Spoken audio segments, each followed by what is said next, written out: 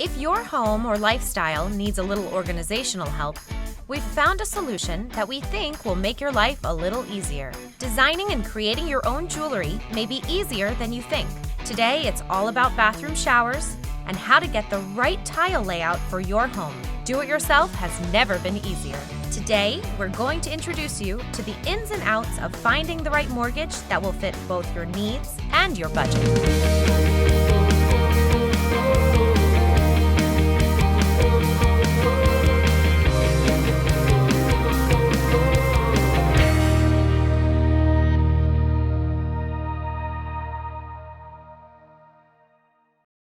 The idea of buying a house or making major renovations is intimidating, and you've heard how money is tight. Not to fear. Finding the right mortgage lender to explain the process can make getting a mortgage a cakewalk. David Runnebaum is a homeowner who established a business relationship with Castle & Cooke Mortgage, one of the nation's leading independent mortgage lenders. I was able to get these properties, well, this particular property, through Castle & Cooke. My mortgage broker was Robert Davis. There's a lot of detail involved, a lot of paperwork involved, but Robert was able to help me through the transaction, and Castle & Cooke definitely was there the whole time. Once you build the relationship with your mortgage broker, you know, he knows you, you know him, you become friends, he knows your file, it becomes a smooth, easy transaction. Robert Davis is a mortgage professional and branch manager for Castle & Cooke Mortgage. Robert runs his operations in Pembroke Pines, Florida, where he keeps a close relationship with his clients. One of his long-term clients is David Runnebaum. I've worked with David for years now. I've done loans for his father, his sisters, and we've developed a trust relationship that has extended past family. He trusts me with his rental deals and future deals that he has going on. Robert and David's long-term business relationship is a vital part of David's home purchases. I look forward to new opportunities that are coming out. It's nice to work with Castle & Cooke and Robert Davis because he has all my information. So getting a loan for me is easier now because I've done it multiple times with Robert. With the help of a mortgage professional like Robert, David has developed his own strategy for acquiring property and has sage advice for first-time buyers or homeowners looking to move up. Know the market that you're getting into. Know the property values in the area. If it's a higher end home like this particular house, just know your surrounding sales. Options matter when it comes to finding the right home loan. A broad array of loan programs are designed to meet each client's needs, and a mortgage professional knows how to make the match of client with program. Yeah, so it's important to note that not every borrower is similarly situated. And it's important for each borrower's circumstances to be carefully analyzed and evaluated to make sure that the loan program that they're going into is the best for them. So what's important for a mortgage company and a mortgage professional is understanding of those loan products, the loan programs, ability to execute, ability to evaluate a borrower's situation so you can put the borrower in the best situation possible. These options also extend to renovation loans. Whether it's the house you live in or a unique fixer-upper you can buy for a low price, renovation loans offer a way to pay for major upgrades that could increase a property's value. Through the improvement projects that the homeowner would complete, they can actually bring up the value of the home to where they would at the end have a significant amount of equity in the property. There are tremendous benefits available for those individuals that are willing to go through that process. Before obtaining a renovation loan, there are some subtle differences and similarities you should understand. Well, as with any loan, I think it's important for a borrower to understand their financial circumstance and to understand what amount they can qualify for. And by working with a qualified mortgage professional, a borrower can quickly ascertain what that amount is. The second part of it, when working through a renovation loan, it's very important to make sure that you're working with experienced contractors. They're licensed and bonded and have experience in the type of projects that the homeowner is planning to complete. I think if a borrower really pays attention to those two items, the process should be fairly smooth and easy. All of this sounds wonderful, but what about down payments? We often hear that 20% is needed. How do you come up with that much cash? Well, you don't. The truth about down payments is that you oftentimes don't need 20% to buy a home. Down payment is a big issue with home buyers, especially first-time home buyers. The minimum that they have to come in using FHA is 3.5%. Most people don't have 3.5% in the bank, so they can get their down payments with gifts from family members and save. Eventually, they come up with 3.5%. Luckily, we can get the seller to pay some of those closing costs if you've got a good realtor that can negotiate for you. For the average buyer, they're buying, $200,000-$300,000 house. To save up the down payment, 3.5% is, roughly $6,000 to $8,000. A husband and wife could come up with that pretty easily, saving over, even a few months' time. So what's our takeaway? Find the lender and mortgage professional that is right for you. Do your homework and get your finances straight. Before you know it, you're in your new home, your biggest asset. It was nerve-wracking at first, but knowing the value, knowing that what I was getting into, after we closed the deal, I was happy. And then a few years later, I sold it for a nice profit, and I was able to buy this house. It's important for you to get a referral to a good lender, like Castle & Cooke Mortgage.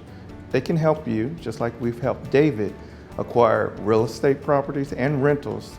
When dealing with Castle & Cooke Mortgage, they will know exactly where they stand. They'll know exactly what the process is. We can help them evaluate whether or not a loan program is suitable for them. We can help them get qualified for the loan program that they're looking for and work with them throughout the entire process in a quick and efficient manner. To learn more, visit castlecookmortgage.com. To see this portion of the show again, visit designingspaces.tv.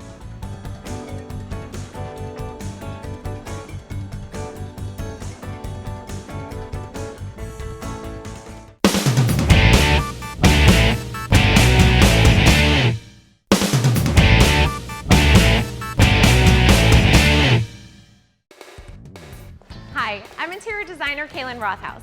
I'm all about designing functional and fabulous workspaces. One of the most important rooms is the employee break room and kitchen. That's why designing a fully functional kitchen here was important. But now that the kitchen is installed, we need to get it organized before everyone moves in. Why am I so concerned about getting this kitchen organized? Well, you should see the kitchen in the old building. It seems everyone just tossed things into drawers and cabinets, probably because we didn't have any organization in the drawers to begin with. To help get this kitchen organized, I've called in an expert. I've called Amy Lipper from Lipper International, which is a company that's been helping organize kitchens since 1963. Amy, I'm so happy you're here to help us get this space organized. It's great to be here. Thank you so much. So let's first talk about drawer organization. So tell me what you brought today. We have an expandable drawer organizer, and this shifts back and forth to allow different spaces, and bamboo stacking drawers to fit all your flatware and your utensils and tools. And then we also have spaces for tools and gadgets, which can go in different spots.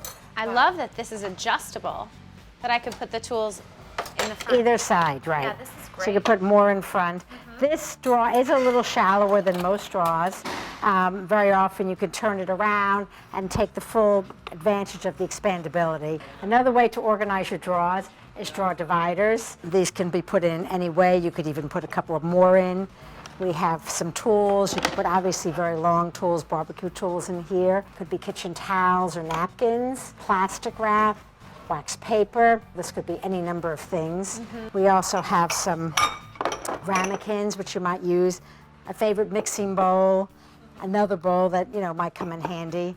And again, you can change the sizes of these divisions. You could put in things like flashlights, tools, anything you want handy to use, and you could divide it a couple of more times if you chose to. This is a great solution for a junk drawer, a drawer where it really needs some division. I mean, there's so much stuff you keep in your kitchen. This is a great solution. Yes. So let's talk a little bit more about upper cabinets. What sort of solutions do you have for organization in cabinet? Well, we have a corner shelf, and as you can see, there's different size plates in here, and this is made out of solid bamboo. We have an expandable shelf, which can be used for any form of jars. And what's this material? This is cork, and it's over bamboo. It's over solid bamboo, so it's cork and bamboo, which of course is very green. And this one is so great because you have all the different levels, and you'll be able to read all the labels on your spices. So that just makes it so much easier. And then up here you have an item to hold your single-serve coffee cups, and this holds about 45 cups and keeps it out of the way and very convenient. Amy, this is a really big coffee drinking company, so I'm excited for you to show me about this product for storage and organization of coffee pods.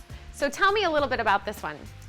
Well, as you can see, we have a single-serve coffee machine on top, and the drawer glides out easily. And the great thing is that the whole machine moves forward, so that when you have to put the water in, and then when you have to put your single-serve pot in, It doesn't bang into your countertop. doesn't I bang always into have the to countertop. move my machine And forward. it moves very easily, and then of course when you're done, you just move everything back, and you have easy access to the drawer, which again glides out easily. You know, we've made a lot of progress in this kitchen today, and thank you so much, Amy, for all of your organizational expertise and help.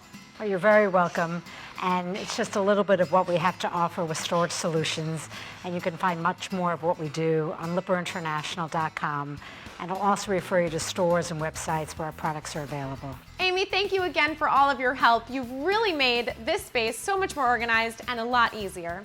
For more information, or if you'd like to watch this segment again, please visit us at designingspaces.tv.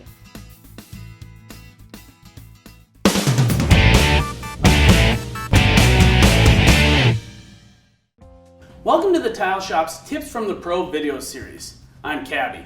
Today we're going to discuss getting a proper layout for your tile project.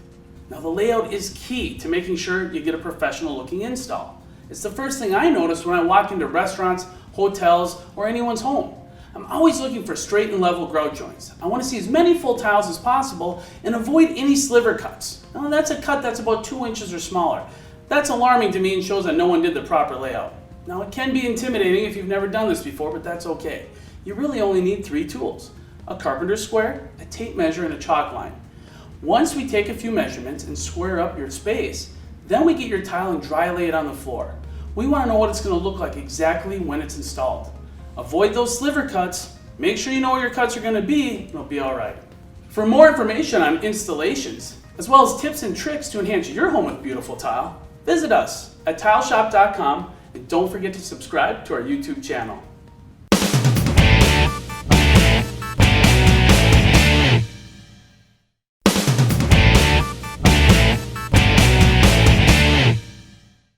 As an interior designer, I really appreciate great style wherever I see it. So when we discovered Halcraft USA, a premium supplier for artists and crafters, I knew I wanted to find out more.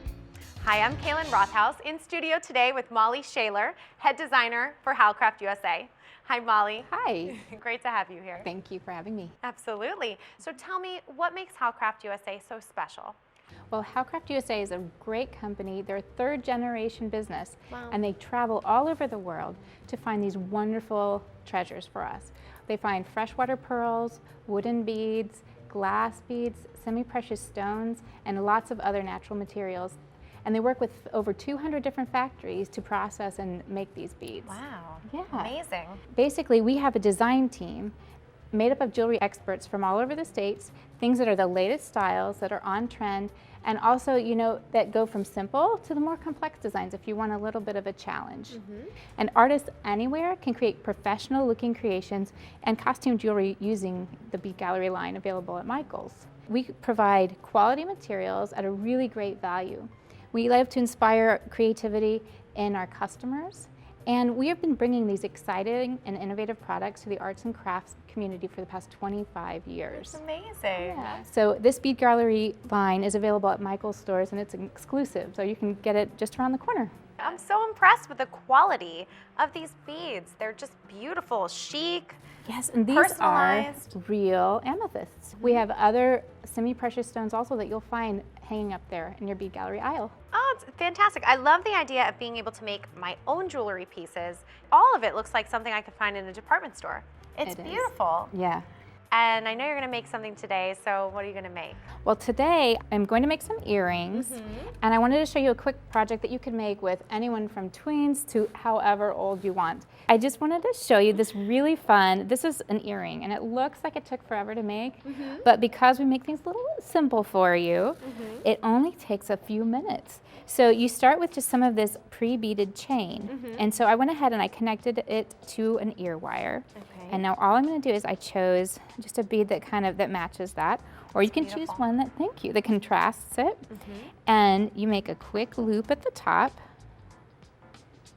bend it around, and then you're just going to wrap it like this. And this is a technique you can use even to make your own charms, because right there is basically a charm. You've got a loop. You just trim the end, and then you're going to connect the loop you just made to the bottom loop very easy.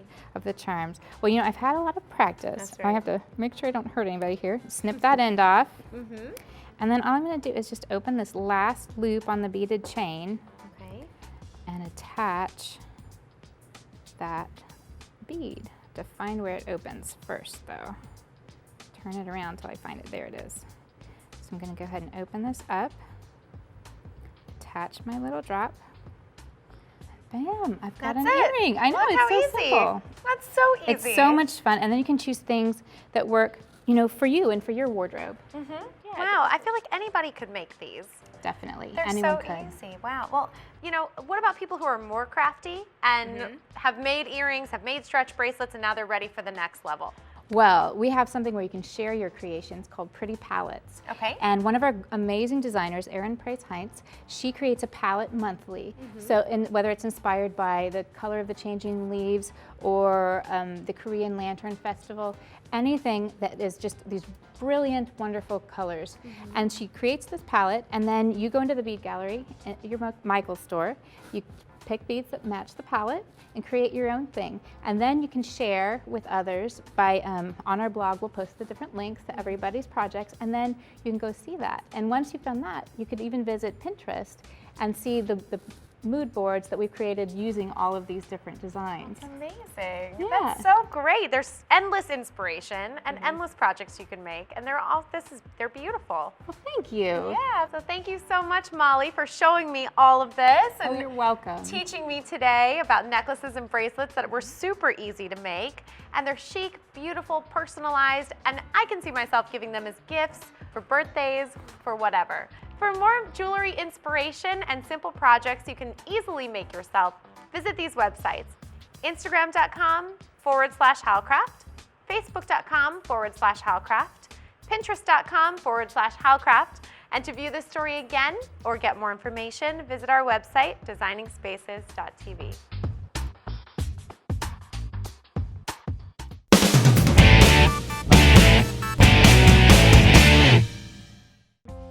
Hello, and welcome to the Tile Shop Tips from the Pro video series. My name is Michael, and today we're going to talk about space planning for your shower. There's a lot of things that you want to keep in consideration when planning for your new shower. Placement of your plumbing fixtures, recessed soap dishes, and even a shower bench. Now, a shower is not a place just to get clean anymore. You have a long day at work, you want to come home, you want to relax. Maybe you want to add a bench so that you can enjoy that hot water and that steam. Another thing is your recessed soap dishes. Several different sizes that are out there today. Now, all of ours come pitched so the water drains right out. You have smaller sizes for your soap and your loofahs, larger sizes for those oversized shampoo bottles. There's also going to be a large one that you can put a glass shelf in between. Whatever your style is, we have it. Now keep in mind the different placement. We have ours installed on the plumbing wall here. You can do that. You want to make sure that you allow for that extra planning. Benches. There's several different kinds of benches out there on the market today. Make sure that you look at how yours needs to be installed and allow for that pitch so that water drains out. Now for more tips and tricks and installation, please go to thetileshop.com, and don't forget to subscribe to our YouTube channel.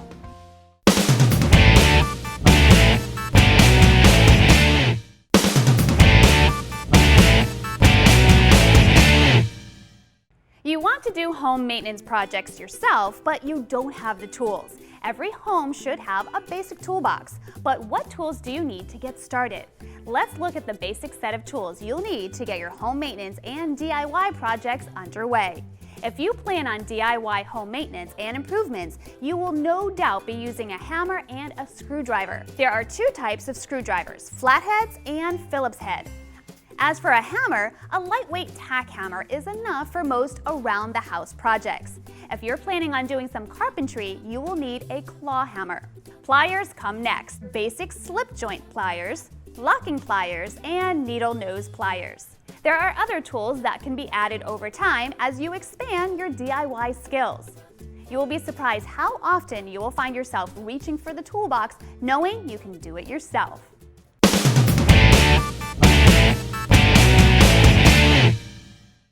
You can can visit these websites to learn more about the participants on this edition of Designing Spaces. Making a space you can call home. Living the lifestyle you desire. It's what we are all about. We are Designing Spaces.